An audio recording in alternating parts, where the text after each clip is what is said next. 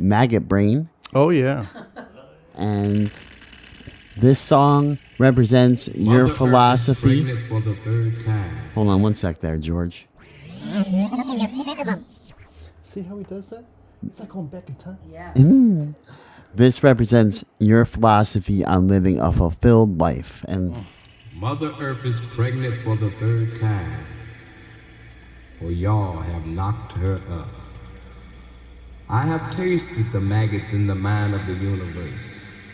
I was not offended, for I knew I had to rise above it all, or drown in my own shit. If that doesn't say it all, I don't know what does. You know? yeah, What is living a full life? You know, for me, it's about personal relationships. Everything else is garbage. Everything else is replaceable. It's the people you pick up the phone and give a call to. It's the people you send a text to with that funny little message. You know, it's about personal relationships. That's what you collect through your travels through life. You know, I mean, how many different stages of friends do you have? Your childhood friends, your friends from your teenagers, your friends throughout the years. You know, I mean, sitting in the studio audience here, I've got friends from all different parts of my life, man. yeah, man. You know, relationships from all different parts of my life that all bring it together. You know, and you try to not to be a douchebag for the most part, sometimes. But it's a package deal. You know, if you can't admit your faults, it's what it's about, man. That is true. You know, do unto others as you want others to do to you.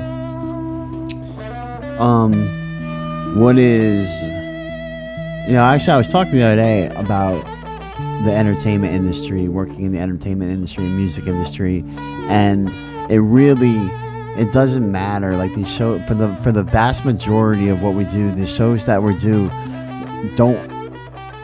I don't think they like change the world for the better. I don't think that we're really doing anything that's so incredible. Every once in a while it's cool. You do something that's really cool and helps people. But I think at the end of the day, it's what's really cool about what we get to do are these stories that we're able to tell. And just these experiences that we're able to share, that because of the fact that we, live out of a suitcase in hotel rooms and arenas, when we get that day off, we make the best of it, and you just happen to be in really, you know what I mean? Yeah. It, for me, I treat everybody at the gig the same. And most of my job when I get to work is dealing with the artist and dealing with the talent on stage, making sure that they're getting their proper listening environment for their performance. And that's all about talking to the artist. And I talk to the artist the same way I talk to a guy sweeping the floor, the same way I talk to the security guy when I walked in, and the same way I talk to the catering, but the same way I talk to everybody. When I see people that are ramping up and ramping down all day long in comparison to who they're talking to, that must be exhausting. Treat everyone the same. Now, not everybody appreciates being treated the same, and that's okay. Yeah. That's okay, because I'm okay with that. Right. And most of the times when you're dealing with an artist, as soon as they realize that I don't want your autograph, I don't want my picture taken with you, I don't want to be part of your entourage, I want nothing from you, but to be a part of whatever I could do to enhance your performance environment. That's it. I'm going to check on you to make sure that's good, give you the thumbs up, and I'm going to walk back right over here. Right. I'm not going to kiss your ass. I'm not going to ask you for anything. You know what I'm saying? Yeah. And as soon as that moment happens, you could see them drop their guard. Because the thing about famous people is that, someone's always working them for something. I got 40 years in the concert business. I've got one picture with an artist, and that's Ted Neely from Jesus Christ Superstar, the last night of the tour. And I have one autograph, and that's from Tony Bennett, who physically took the Sharpie out of my hand and signed my pass. Right. Pass from the show from the night before. Yeah. But that's it. I don't ask for that stuff because I don't want it, because I don't want to change my dignity that I brought with me. And many artists don't know my name when I walk up to them, but they remember my face. Sure. And they remember that I'm the guy that's going to walk out there, deal with you straight up, get you where you need to be, and that's what it is. And let the rest of the hangers on and do whatever. Yeah, do get all up in the mix. their thing. You know. Yeah, it's interesting. You know, I was talking to Mark the other day, Ditmar, and I know him. You know Mark. Yeah. And telling him that I was gonna start taking more gigs with Firehouse again and start doing Firehouse gigs again. And Mark said something to me that really was really touching and kind of unexpected to hear from Mark. But you know, I've always been, you know, I'm a stage manager and I'm an A2, and I feel like I'm one of the best A2s in the world because I'm an empath. I feel people, you know. It's like I can make people comfortable around me, you know. And Mark said to me, but I've always felt like that.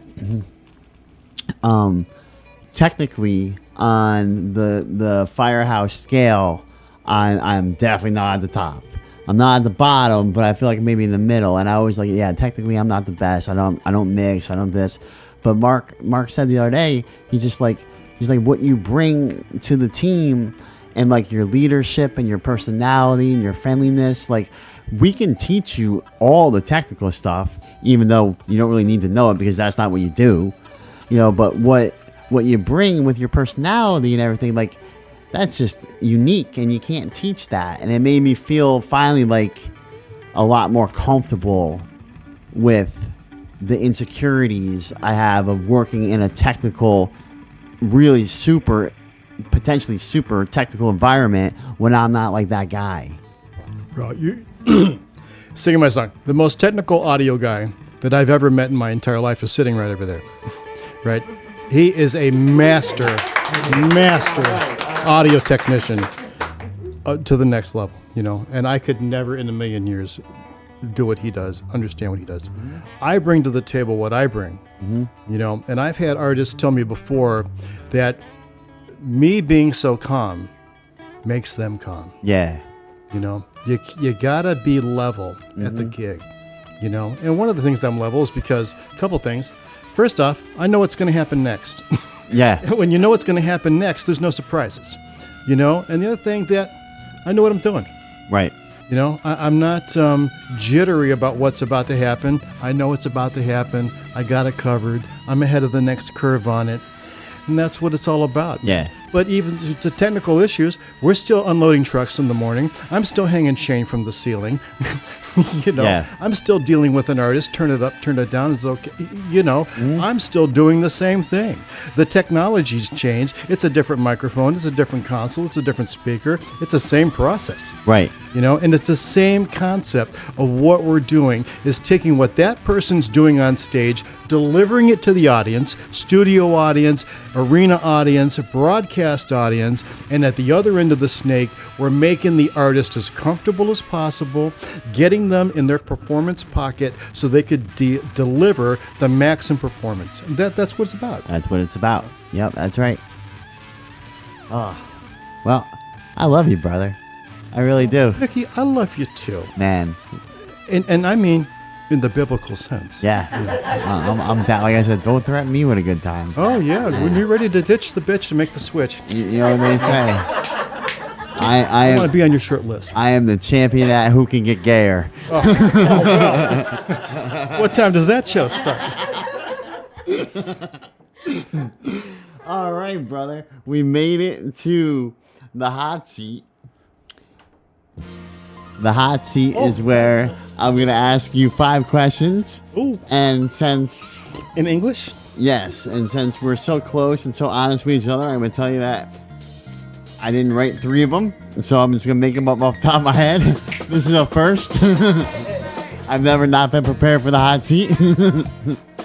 I'm always not prepared. Go ahead. Here we go. You are known as being the guy who puts other guys on. Like, I know a lot of guys that you have put on, and they put on, like, at Firehouse, started their career. And they everyone speaks so highly of you as a mentor and so lovingly of you. Who's your favorite one?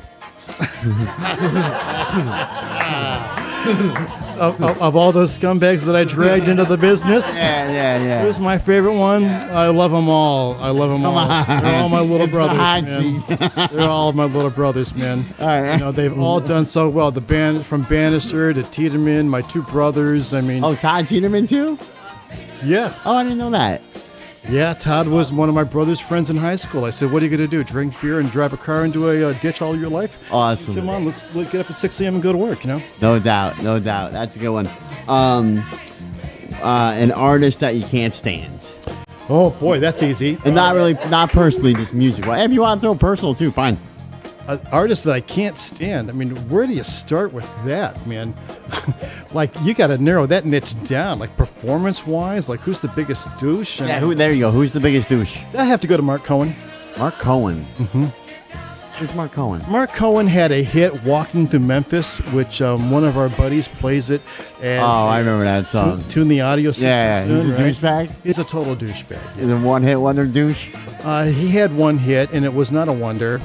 And I had an ugly experience with him. You know. That's a good song. That's a good question. What's your favorite one-hit wonder? As in, like, hit it and quit it. it had to be Right Said Fred, man. Yeah, I'm too sexy. Yeah, baby, because I did a lot of raves in the early 90s. I know. All happening. You saw my tattoo. You were telling me about the Function One speakers. Oh my God, that's right, baby. Yeah, that's right. And I did some of that with Right Said Fred. We had him bungeeing out of the ceiling. Awesome. I'm Too Sexy with his hat, but the problem was no one had any ideas. What are we going to do with the guy when he stops bouncing? You know, there was no like recovery plan. Like, how are we going to get him out of the ceiling? You know, so it was an issue. That's cool though. I like that. But give it up to I'm Too Sexy for my hat. You know. Yes. You know. Hey, you made some money off that song. I'm sure. I hope. I hope so. All right. So, say that like I had a really cool guest potentially lined up for April, and the producer that I'm working with hasn't given me the clearance that she's going to be on the show. And you know someone in New York City who's really cool that you want to see on the show that would potentially be available in April. Who would that be? That'd have to be me. Hypothetically. Yeah. Oh, hypothetically. Who would I like to see you talk to? Mm-hmm. Yeah. Oh, Christ, anybody, man. I mean, you're the goods, man. You know. Yeah. You're really delivering it how you are. I mean, this is not a persona. This is not an act. No, it's not. You know, this is 100% Mickey. Like it, love it, leave it, have it. You know. Yeah. That's what I'm saying, man. Bring that one back to the top, baby. Yeah, baby.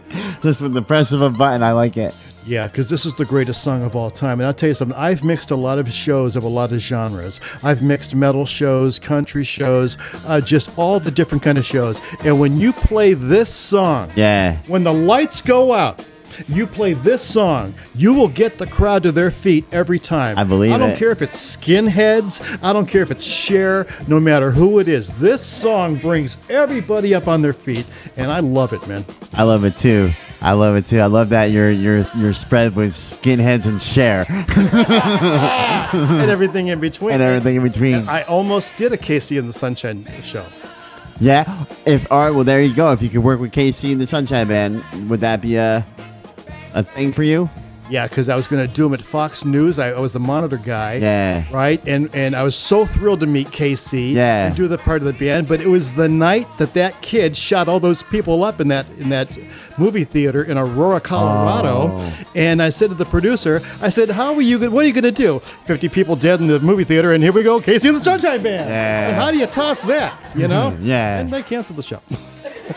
Well, on that note, it's so nice to have you on this. Thanks for having me. Appreciate you having me. Tell us what you got going on, brother. Tell us about your website. Tell us about your book. Tell us about everything. I'm going to tell you, I have a website, roadiesandrockstars.com. Right, you can go there and witness all my shenanigans. Yeah. And my storytelling is when I give out my card to people, I tell them I make educational videos for people in our business to learn what not to do. Everyone wants to teach you what to do. Yeah. I want to teach you what not to do. You know, I have the Facebook of the same name, Roadies and Rock Stars. You can find my YouTube channel, which is on the up and up. There you A go. lot of people are seeing my Facebook page, and I have no idea why. Yeah, what is it? You're looking at millions of people are coming and looking at your stuff. 3 million a month Fuck yeah, looking man. at that page. Hell yeah. I don't get it. That's awesome. But it's what it is, you know. It's unplanned. It's unscripted. And it's real, though. That's the thing. It's real. It's genuine. It's from your heart. And that's why people are gravitating towards it. I believe the words that you say are true. Do you hear the words that are coming out of my mouth? I feel the words that are coming out your mouth, man. It's going down deep inside. I'm taking it in. Well, I tell you what, brother. Like I said, I love you. I love you like a brother. I'm so glad that we connected. Thank you so much for having me, man. Thank you so much for coming on The Spice. Everyone give Pete a big round of applause. It's been so good time. Thanks for coming out.